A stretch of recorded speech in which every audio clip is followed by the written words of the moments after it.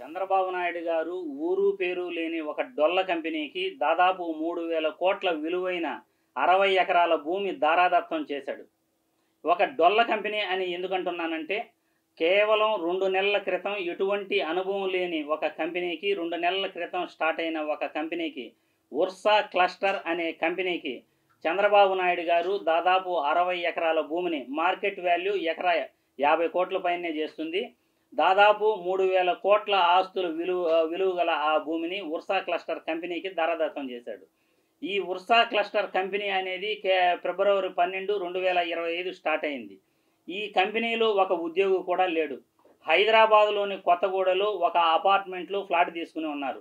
అది కూడా ఆ ఫ్లాట్ కమర్షియల్ ఫ్లాట్గా కాదు, అతను ఇంటి కోసం, మనం ఇంటికి కాపురం ఉండేందుకు ఆ ఇల్లు తీసుకున్నాడు. అందులో ఎటువంటి ఉద్యోగి కూడా పనిచేయట్లేదు, వాణిజ్య కార్యకలాపాలు చేయట్లేదు, కనీసం వెబ్సైట్ కూడా అందులో లేదు, ఈమెయిల్ అడ్రస్ కూడా ఆ కంపెనీకి లేదు. అటువంటి కంపెనీకి, ఊరు పేరు లేని కంపెనీకి, ఒక ఉద్యోగం కూడా లేని పనిచేయని కంపెనీకి, వ్యాపార వాణిజ్యాలు లావాదేవీలు లేని కంపెనీకి దాదాపు 3,000 కోట్ల విలువైన భూములను చంద్రబాబు నాయుడు గారు ఏ విధంగా, ఏం చూసి ఆ కంపెనీకి విలువైన భూములను విశాఖపట్నంలో కట్టబెట్టారు అనేది మా క్వశ్చన్.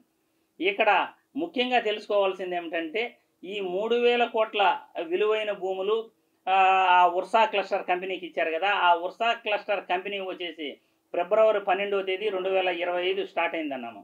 ఈ కంపెనీ యొక్క వాళ్ళు ఈ కంపెనీ ప్రభుత్వాన్ని సంప్రదించి, మేము 10,000 మందికి పైనే మేము ఉద్యోగాలు ఇస్తాము, మేము పెట్టుబడులు పెడుతున్నాము అని వీళ్ళు చెప్తున్నారు. కనీసం ఈ బ్యాక్గ్రౌండ్ కానీ, ఈ కంపెనీ బ్యాక్గ్రౌండ్ కానీ చూస్తే, వీళ్ళు ఇన్కమ్ ట్యాక్స్కి కేవలం $300 వాళ్ళు పే చేస్తున్నారు. $300 అంటే మన ఇండియన్ రూపీ ప్రకారం 25,000 రూపాయలు మాత్రమే ఇప్పటి వరకు వాళ్ళు ట్యాక్స్ కట్టున్నారు ఈ ఉర్సా క్లస్టర్ కంపెనీ పేరుతో. ఒక 2 నెలల క్రితం ఈ కంపెనీ అనేది స్టార్ట్ అయ్యింది. ఇటువంటి డొల్ల కంపెనీలకి, ఇటువంటి అనుభవం లేని కంపెనీలకి ఏకంగా దాదాపు 60 ఎకరాలు విశాఖపట్నంలో కట్టబెట్టడం అంటే, 3,000 కోట్ల విలువైన భూములను కట్టబెట్టడం అంటే, ఇది సామాన్యమైన విషయం కాదు, ఇది పెద్ద స్కామ్గా మనం చెప్పుకోవచ్చు. దీనిపైన కేంద్ర ప్రభుత్వం ఖచ్చితంగా జోక్యం చేసుకోవాలి, దీనిపైన నిఘా ఉంచాలి. అసలు ఏం జరుగుతూ ఉంది ఆంధ్రప్రదేశ్ రాష్ట్రంలో అనేది ముఖ్యంగా కేంద్ర ప్రభుత్వం దీనిపైన ఒక ఎంక్వైరీ వేసి పూర్తి వివరాలను ప్రజలందరికీ కూడా తెలియజేయాలని కోరుతున్నాను. గతంలో చంద్రబాబు నాయుడు గారు వైసీపీ ప్రభుత్వంపై ఎన్నో ఆరోపణలు చేశాడు. రాష్ట్ర ఆర్థిక పరిస్థితి బాగలేదని, రాష్ట్రంలో పారిశ్రామికవేత్తలు రాష్ట్రం నుండి విడిచి వెళ్ళిపోతున్నారని, తర్వాత రాష్ట్రం ఆర్థికంగా చితికిపోయిందని, రాష్ట్ర ఖజానాలో చిల్లి గవ్వలేదని, ఇటువంటి ఎన్నో ఆరోపణలు వైసీపీ ప్రభుత్వంపై చేసిన చంద్రబాబు గారు ఈరోజు ఒక 2 నెలల క్రితం స్టార్ట్ అయిన ఒక కొత్త కంపెనీకి, ఉర్సా క్లస్టర్ కంపెనీకి దాదాపు కూడా 60 ఎకరాల భూమిని విశాఖపట్నంలో కేటాయించడం అనేది చాలా చాలా ఆశ్చర్యంగా ఉంది.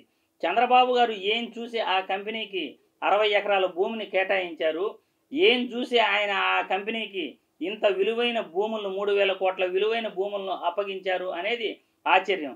ఇక్కడ లోపాయికారి ఒప్పందం ఏమైనా చంద్రబాబు గారు ఆ కంపెనీతో చేసుకున్నారా, లేకపోతే లోకేష్ బాబు గారు గత అమెరికా పర్యటనకు ముందు ఆయన ఈ కంపెనీ యాజమాన్యంతో లోపాయికారి ఒప్పందాలు చేసుకున్నారని, వాళ్ళతో పరిచయాలు ఉన్నారని ఫిబ్రవరి 12వ తేదీ 2025 2 నెలల క్రితం ఈ కంపెనీ రిజిస్ట్రేషన్ చేశారని, అది కూడా ఈ కంపెనీ రిజిస్ట్రేషను హైదరాబాదులోని కొత్తగూడ అనే ఏరియాలో ఒక ప్లాట్లు 705 అనే ప్లాట్ నెంబర్ ఇంటిలో, అది కూడా ఈ కంపెనీ యొక్క పేరు రిజిస్టర్ అయ్యింది.